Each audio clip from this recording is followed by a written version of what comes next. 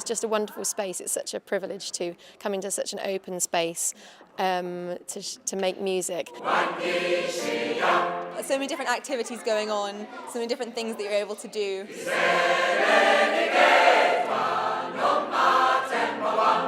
Such an amazing building. It's wonderful to have somewhere like this that's a hub for people to come to share their musical experiences. To have inspirational spaces for an inspirational programme really matters.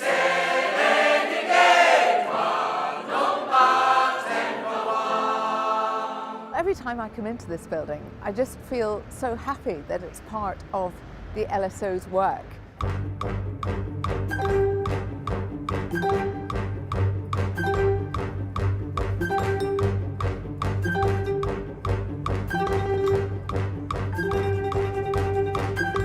Well, I think coming into the building just after it had opened and seeing what a fantastic job Levitt Bernstein had done in transforming the space and yet retaining the essence of this beautiful building.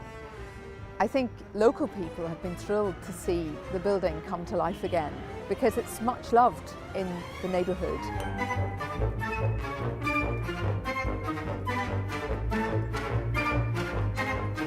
When we first came into this place, it was in a desperate condition. English Heritage had it on their Buildings at Risk register as one of the most important buildings at risk. So they were very, very supportive of any project that found a use for the building, because that would kind of guarantee the survival of the remaining bits of it, which were basically the walls, no roof, the walls, and the tower and steeple.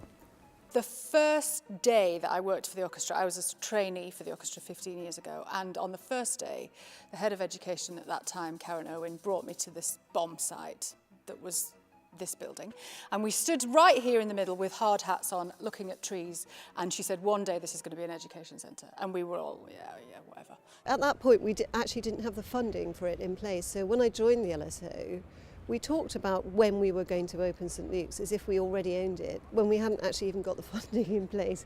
But it gave us a sense of hope and purpose.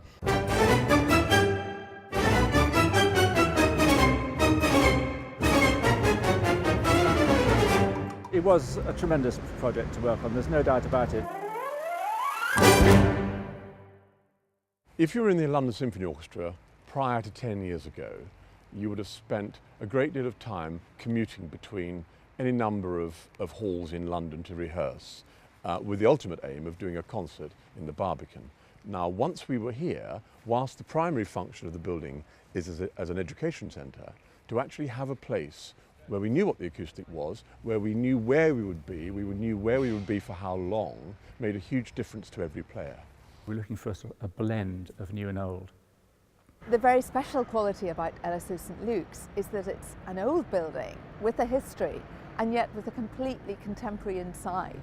And I think that's very much like the LSO itself. We're an established institution, over 100 years old, but we're very contemporary and forward-thinking.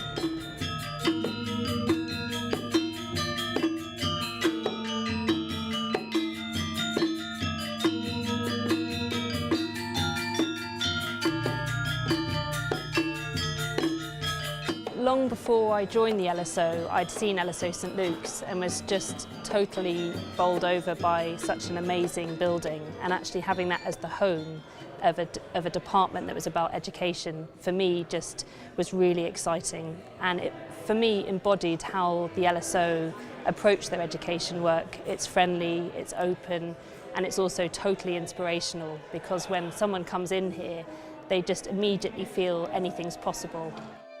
I think it's one of those buildings that has its own special feel to it. You know that when the great orchestra of the world comes here to practice, you have that sense of it being somewhere where musicians gather together to share their love of music.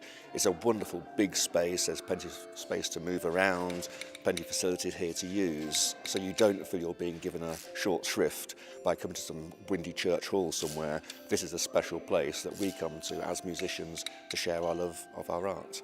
It's an absolutely beautiful building, and it's enabled the LSO to put its roots firmly into the local community.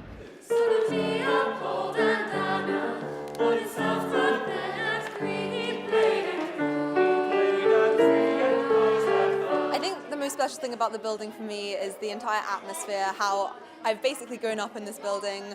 I'd say the LSO Discovery is the sole reason why I am still so enjoying music today and why I've stuck with it for such a long time. We're in the Gerard Hall now, which is an amazing space and actually gives us the opportunity to do all sorts of different things. Today we've got the orchestra in rehearsing. Often on Mondays we have our community choir who come here. We also have 3 youth choirs who rehearse here straight after school on Mondays. We have downstairs a number of spaces which are flexible to create environments for the different types of groups we have. So we have a regular community gamelan group who meet in the gamelan room. We have a Balinese gamelan which we specially commissioned for the opening of St Luke's now 10 years ago. And we have 2 claw rooms which we can use as dressing rooms, but we also use for our toddlers learning to play music with their parents for the first times. We also have a cafe space which is great for people just coming in and meeting each other and having an informal chat over a coffee. We're now in the cafe, which is where the crypt used to be. And this is an area that we sort of dug out because the crypt was falling down, took the crypt away and rebuilt this from scratch within the existing walls of the building. We have a collection of regular commercial customers that come back to us, and they are people like the BBC, for BBC Sessions.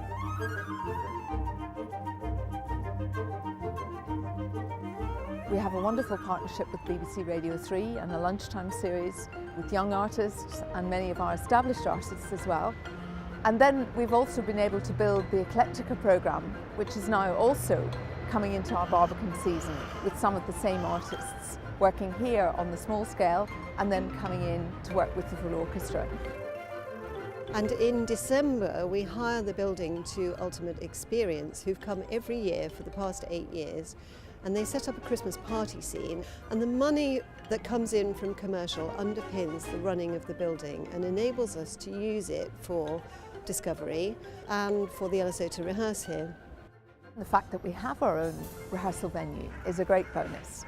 We can also engage with our artists in a very different way. So after John Adams has done a rehearsal, he can actually do a video conversation and reach audiences worldwide with that. So the whole technology side of St Luke's is extremely important and was part of the original vision.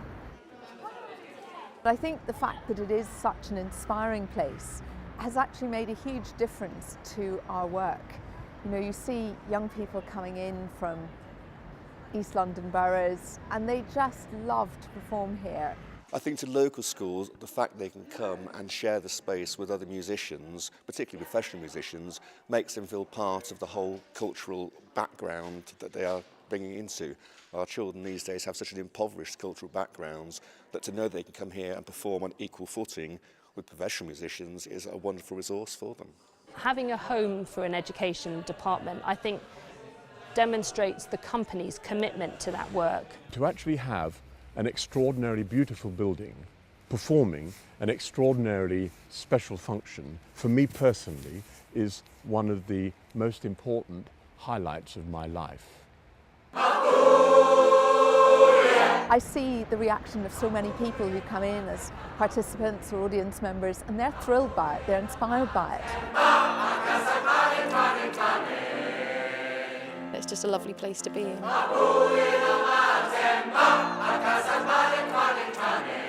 If you can answer the question properly of how we really transform lives through music, then that's all that matters. And St Luke's obviously has had a monumental impact on how the LSO can do that.